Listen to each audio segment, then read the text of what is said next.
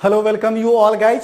तो basic concept of chemistry के second segment में जो आज हम लोग देखने वाले हैं वो है अपना लॉ ऑफ केमिकल कॉम्बिनेशन। तो इससे फर्स्ट वाले सेगमेंट में हम लोग ऑलरेडी देख चुके हैं कि क्लासिफिकेशन ऑफ मैटर्स क्या होता है, डाल्टन्स का एटॉमिक थ्योरी क्या है, उसके क्या मेरिट्स थे, क्या डिमेरिट्स थे, उन सारे चीज़ों को हमने वन बाय वन करके डिस्कस किया।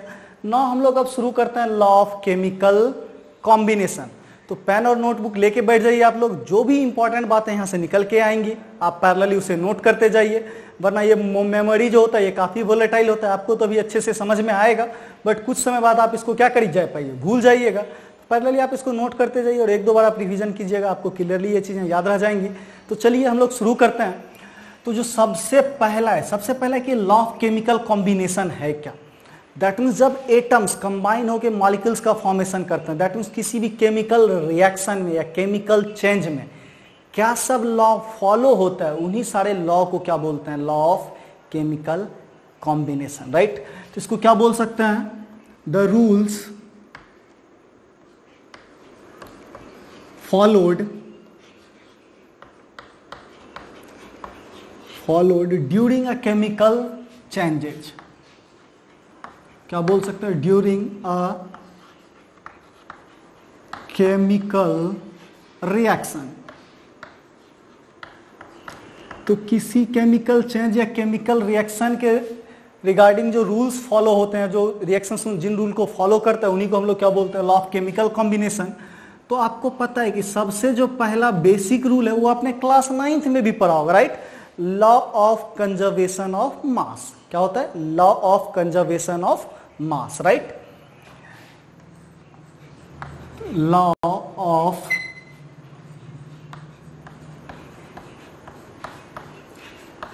Conservation of mass.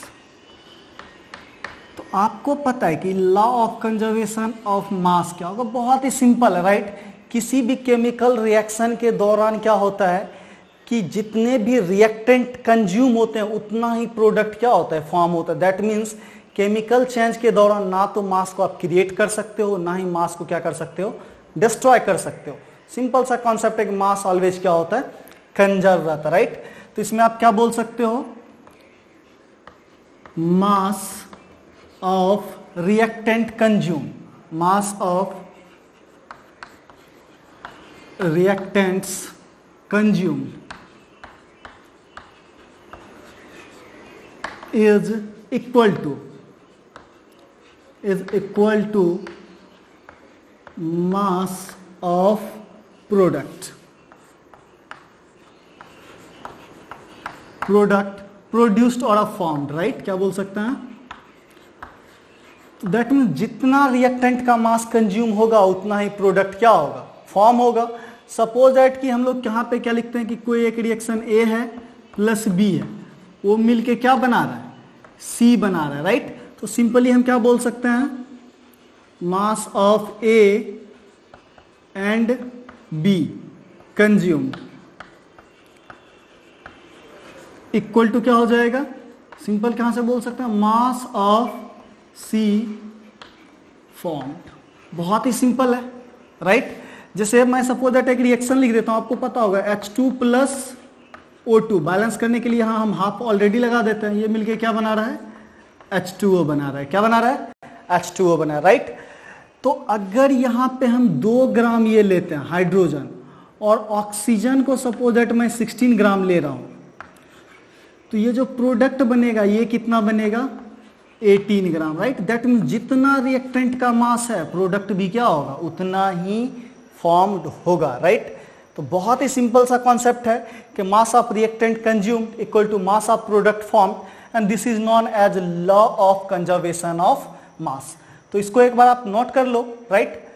Just next हम लोग नेक्स्ट टॉपिक पे आने वाले हैं। जो दूसरा लॉ है वो है अपना लॉ ऑफ कांस्टेंट प्रोपोर्शन। क्या बोलते हैं, लॉ ऑफ कांस्टेंट प्रोपोर्शन। तो एक बार आपने इसको नोट कर लिया है, चलिए हम लोग इसको मिटाते हैं। तो जो लॉ ऑफ केमिकल कॉम्बिनेशन के अंदर जो दूसरा लॉ पढ़ना है वो कौन सा है, लॉ ऑफ कांस्टेंट प्रोपोर्शन का। तो बहुत ही आसान है,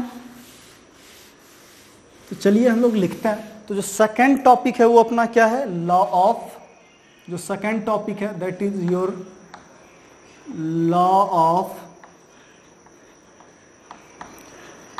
कांस्टेंट, और बहुत जगह ये आपको डेफिनिट लिखा हुआ मिलेगा, DEFINITE, law of definite proportion.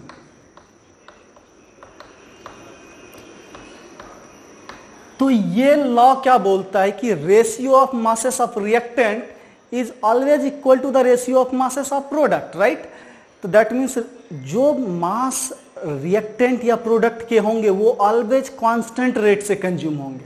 तो इसको अगर हम एग्जाम्पल से समझने की कोशिश करें, मैं इसके डिफिनेशन पे नहीं जा रहा हूं, राइट, आप एग्जाम्पल से बहुत क्लियरली समझ पाओगे।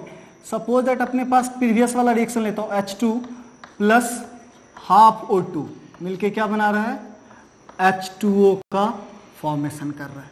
तो जैसा हमने देखा था, ये क्या लिया था 2 ग्राम्स, और इसको हमने क्या लिया था 16 ग्राम्स, और ये कितना फॉर्म हुआ था 18 ग्राम्स। तो बहुत ही सिंपल है कि अगर बोलेगा ये 1 ग्राम मैं ले लेता हूं हाइड्रोजन, तो बताओ ये कितना होगा, ये देखो जस्ट हाफ हो गया, तो ये भी बिल्कुल ही हाफ हो जाएगा, कितना हो जाएगा 8 ग्राम, और ये फॉर्म कितना होगा 9 ग्राम, राइट। अगर इसको बोल दूं मैं 0.5 ग्राम ले लेता हूं, तो ये कितना हो जाएगा, सिंपल ही है, बहुत ही 4 ग्राम, और ये कितना फॉर्म हो जाएगा 4.5 ग्राम। अगर मैं बोलता हूं कि मैं यहां से 10 ग्राम ये ले रहा हूं, क्या ले रहा हूं, हाइड्रोजन 10 ग्राम ले रहा हूं, तो देखो हमने क्या किया 5 टाइम्स ले लिया, राइट। तो इसको भी 5 टाइम्स कर देना पड़ेगा, तो 2:5 10 होता है, तो 16:5 क्या हो जाएगा 80 ग्राम, और ये बनाएगा टोटल कितना 18:5, दैट इज योर 90 ग्राम।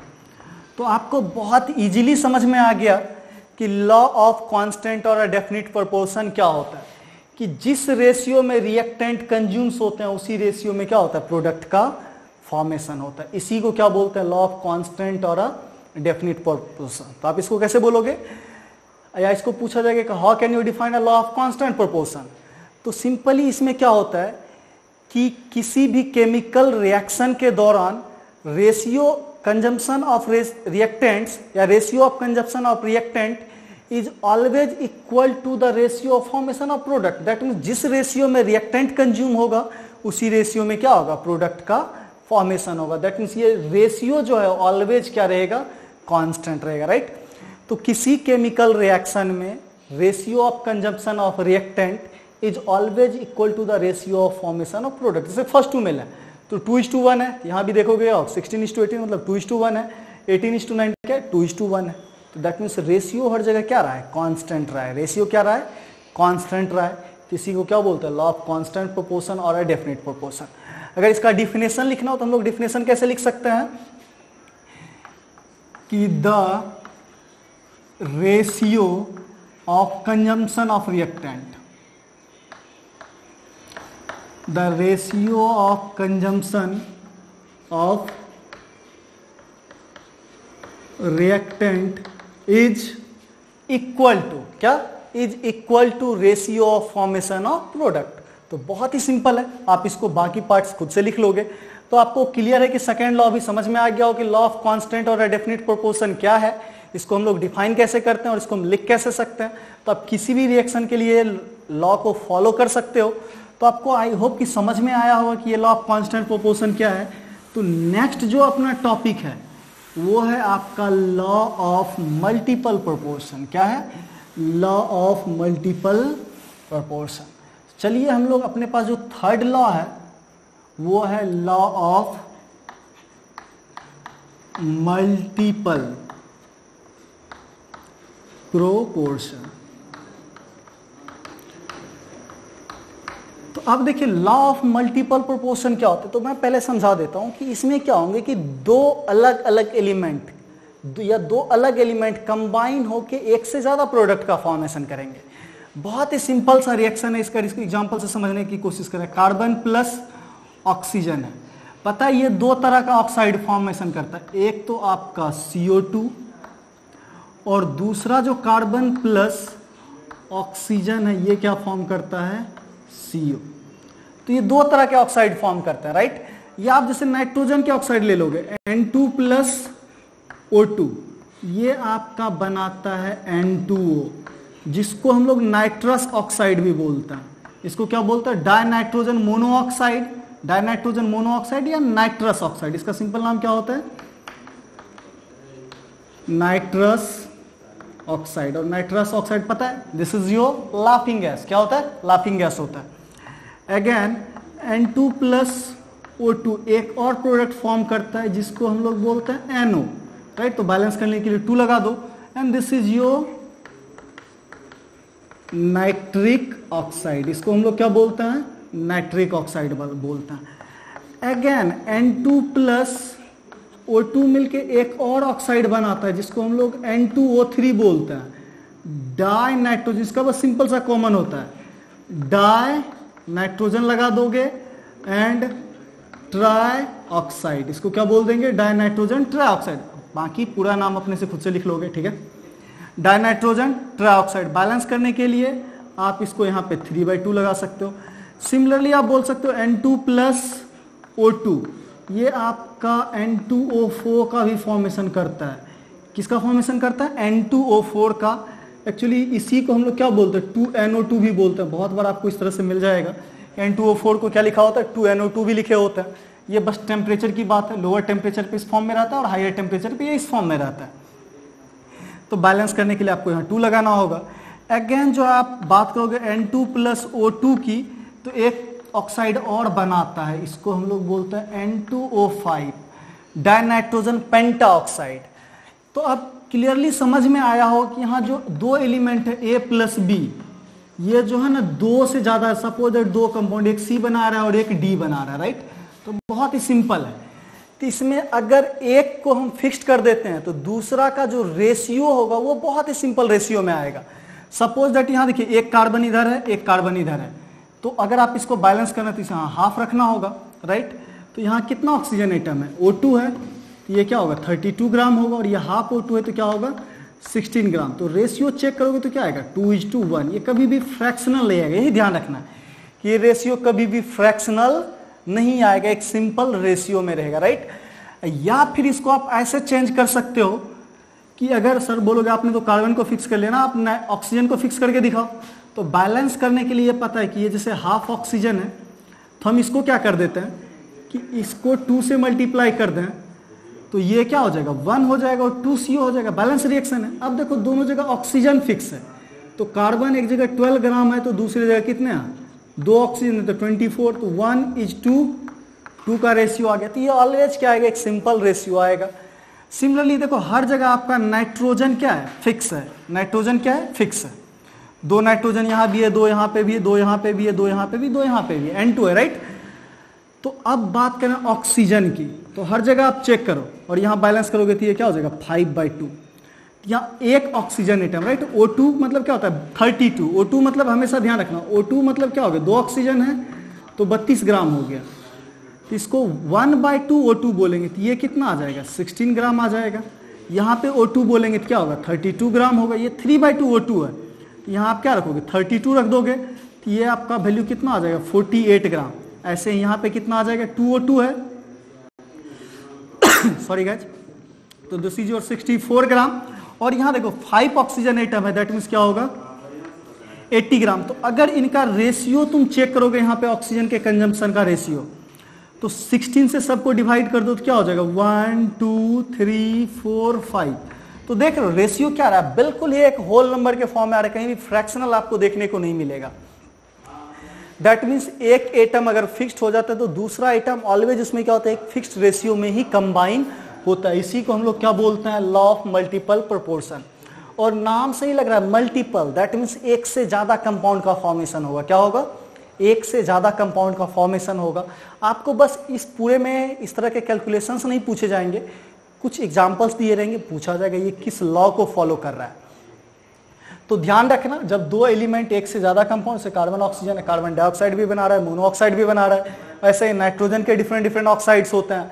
वैसे आप आगे चेक करोगे सल्फर का डाइऑक्साइड होता है, सल्फर का ट्राइऑक्साइड होता है।